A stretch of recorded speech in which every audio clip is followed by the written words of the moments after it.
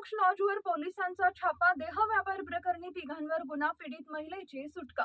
बसस्थानक परिसरातील लॉजमध्ये सुरू होता अनैतिक व्यवसाय, मॅनेजरचा ग्राहक ताब्यात, सदर बाजार पोलिसांमध्ये गुन्हा दाखल करण्याची प्रक्रिया सुरू।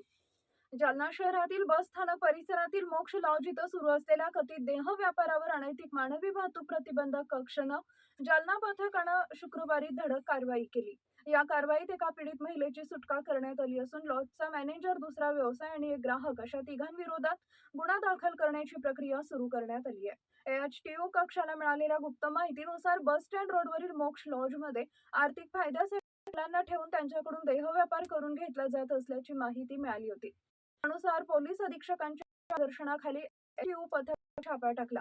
कारवाईदरम्यान लॉजमधून एका पीडित महिलेची सुटका करण्यात आली। तसेच लॉजचे व्यवस्थापन पाहणारे संत भोलनाथ जाधव वय वर्ष 32, सुभाष वैद्य वय वर्ष 40 आणि ग्राहक संजय बावस्कर वय वर्ष 21 यांना ताब्यात घेण्यात आले। या प्रकरणी लॉजचा मालक सचिन नंदू पवार हा फरार असल्याचं पोलिसांनी नमूद केले। या कारवाईत रोख रक्कम, इतर साहित्यही जप्त करण्यात असून सदर पोलिसांनी अनैतिक मानवी वाहतूक प्रतिबंधक कक्ष अधिनियम 1956 अंतर्गत कलम 4 आणि 7 अन्वये दाखल करण्याची प्रक्रिया सुरू आहे। ही कारवाई पोलीस आणि अप्पर पोलीस अधीक्षक आणि गुन्हे शाखेच्या मार्गदर्शनाखाली एचटीयू पथकानं केली आहे।